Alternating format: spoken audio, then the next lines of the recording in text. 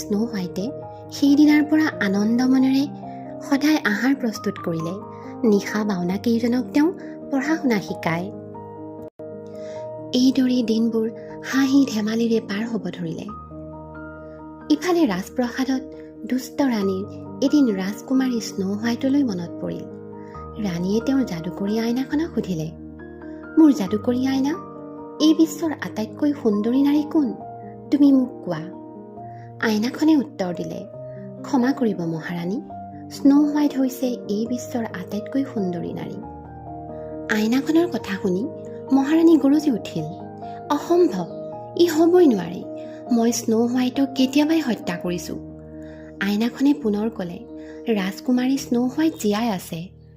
এইবাৰ যাদুকৰী আইনাখনত ৰাজকুমাৰী আৰু 7জন বাওনাৰ ছবিখন প্ৰতিফলিত হ'ল। মহাৰাণীৰ খং দুগুণে বৃদ্ধি পালে। তেওঁ